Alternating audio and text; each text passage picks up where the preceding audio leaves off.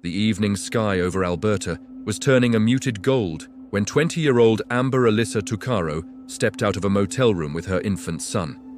She had no way of knowing that the next hour would become one of Canada's most haunting unsolved crimes, and one that would only be answered years later after nearly a decade of grief, frustration, and a chilling piece of audio that still echoes online.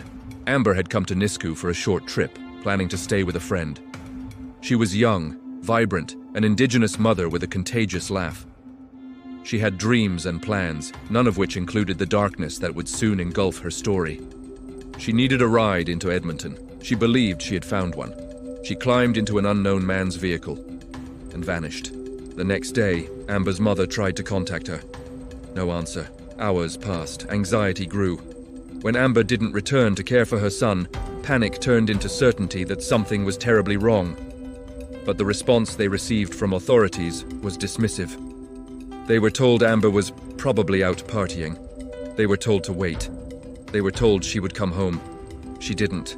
While investigators delayed, crucial time slipped away.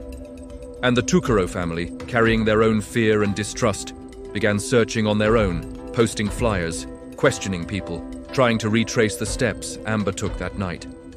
Days turned into weeks, weeks into months. And then, a tape emerged, a recording, a phone call Amber had made shortly after stepping into that unknown vehicle. Her brother saved the voicemail. Inside it was the man's voice, the last voice she ever heard. The call begins with Amber saying, "Where are we going?" Her tone is uneasy. The man replies, "You're going to the right place." Amber insists, "No, you're not. You better not be taking me anywhere I don't want to go." The man responds, "You are."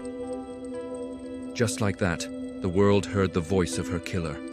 Before we continue, help the channel, subscribe, and leave your like. The recording was released publicly, and instantly, people across Canada began calling in tips.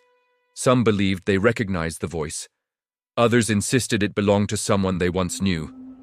But none of the leads produced a breakthrough. The voice, so confident, so calm, so certain, belonged to a ghost the police could not find. Years kept passing. Amber remained missing. Her family never stopped searching. They pushed, protested, demanded that the case be taken seriously. For them, Amber wasn't a headline. She wasn't a file. She was a daughter, a sister, a mother whose one-year-old child would grow up without her. They refused to let her story be forgotten. Then, on September 1st, 2012, nearly 2 years after Amber disappeared, horseback riders discovered human remains in a field in Leduc County. Clothing matched Amber's. Dental records confirmed it. The hope of finding her alive was gone forever. But the fight for justice wasn't. The case remained open. The tape remained the centerpiece, a taunting, terrifying clue that should have led somewhere, but didn't. Investigators received more than 1,000 tips. Still, the man's identity stayed hidden behind that short, chilling exchange. And then came 2019. 9 years after Amber vanished, authorities officially identified her remains through advanced forensic methods, confirming once and for all the fate her family already knew in their hearts. But the real breakthrough came from renewed pressure, new eyes on the case, and a public unwilling to let Amber fade away. Investigators revisited older tips that had been overlooked. They re-examined the geographic patterns, they remapped the timeline, and quietly, behind the scenes, they narrowed their focus to a handful of individuals whose voices, when compared against the recording, raised alarms.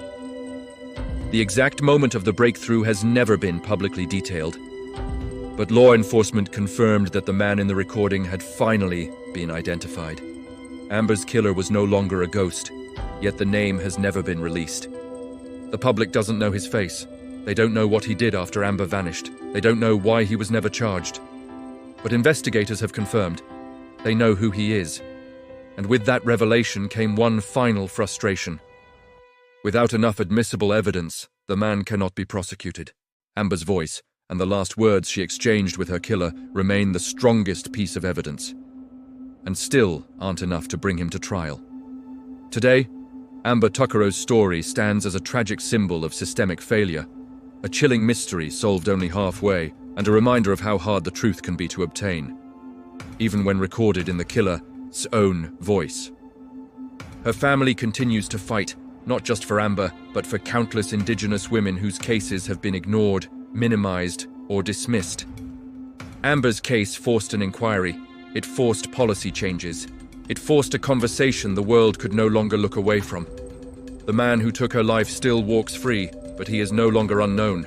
And Amber, through her courage, through her voice, through her family's relentless pursuit, will never be forgotten. Thank you for watching Cold Case. 5 minutes. Subscribe and leave your like, stay curious, and remember, every mystery deserves to be remembered.